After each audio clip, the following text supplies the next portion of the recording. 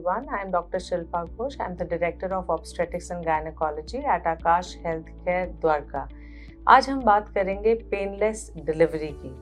ये सवाल हर pregnant lady के मन में आता है कि मुझे कितना लेबर पेन होगा और क्यों होगा, और बहुत सारी लेडीज इससे डर भी जाती हैं। तो let us discuss about this important issue.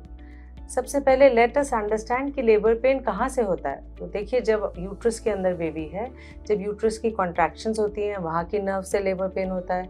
फिर नीचे mouth of the uterus which is the cervix stretch होता है तो लेबर पेन होता है। आसपास की चीज़ों पे प्रेशर पड़ता है, उससे लेबर पेन होता है। तो ये सब चीज़ें जो नर्वस प्लेक्सस है वहाँ का, ये इसकी वजह से पेन होता है।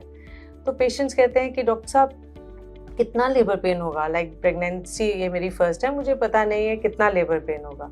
तो देखिए, वैसे तो इंडिविजुअल सेंसिटिविटी टू पेन अलग अलग होती है, बट फिर भी पेन के स्केल में अगर हम 10 माने तो लेबर पेन का दर्जा काफ़ी ऊंचा, 8 तक भी पेशेंट्स कहते हैं कि वी हैड लेबर पेन्स। तो लेबर पेन डेफिनेटली बहुत इजी पेन नहीं है, it is a painful procedure and one of the biggest pens a woman feels. इसीलिए कहते हैं जब डिलीवरी होती है उसका दूसरा जन्म होता है। पेशेंट्स कहते हैं कि मैम हमारे पास कोई ऑप्शन नहीं है क्या, ये लेबर पेन सहन ही करना पड़ेगा। तो देखिए, बहुत सारे ऑप्शंस हैं आपके पास।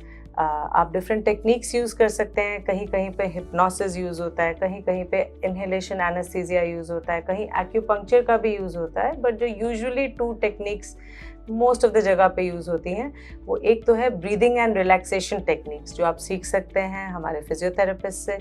दूसरा एक होता है एपिड्यूरल एनाल्जेसिया। सो ये एपिड्यूरल एनाल्जेसिया क्या है? This is considered the gold standard for pain relief in labour pains. Gold standard क्यों कहते हैं? क्योंकि पेन रिलीफ बहुत अच्छा होता है और साइड इफेक्ट्स काफ़ी कम होते हैं। तो पेशेंट्स पूछते हैं मैम ये है क्या, व्हाट इज़ एपिड्यूरल? सो एक सुई ली जाती है और आपके स्पाइनल कॉर्ड के बाहर जो लेयर्स हैं उनमें से एक लेयर में वो ड्रग दी जाती है जो पेन किलर होती है। अब कई बार अगर लंबा हमें चाहिए पूरे लेबर पेन में, तो एक प्लास्टिक ट्यूब या कैथेटर भी उसी में दिया जाता है और उसमें ड्रग धीरे धीरे जाती है और आपको पेन रिलीफ देती है। बहुत सारे पेशेंट्स यूँ भी पूछते हैं कि हर पेशेंट को ये चाहिए, किसमें ये मेडिकली नीडेड है? तो जो पेशेंट्स को हार्ट डिजीज़ है, हाई ब्लड प्रेशर है, उनके लिए तो एपिड्यूरल मेडिकली काफ़ी फ़ायदेमंद होता है। फॉर ऑल अदर पेशेंट्स ये पेन रिलीफ में काम आता है। देखिए, पहले ज़माने में जब शोल्डर डिसलोकेशन होता था तो पहलवान पे जाके बिना किसी एनेस्थीसिया के वो ठीक कराते थे, बट आजकल टाइम बदल गया है। Pain relief is available, experts are available. Similarly for labour pains also ऐसा ज़रूरी नहीं है कि आप नेचुरली उसको लें। You have the option of epidural and you have both the option. So आपके पास अगर ये इन्फॉर्मेशन होगी, you can take an informed decision. So patients कहते हैं कि कितना रिलीफ मिलेगा मैम इससे? तो 85 to 90% रिलीफ आपको पेन में मिलेगा। आपको कॉन्ट्रैक्शन होगी, आपको फील होगी, बट वो आपको पेन फील नहीं होगा। And with the doctors and nurses का हेल्प यू विल नो कि कब पुश करना है मुझे नीचे।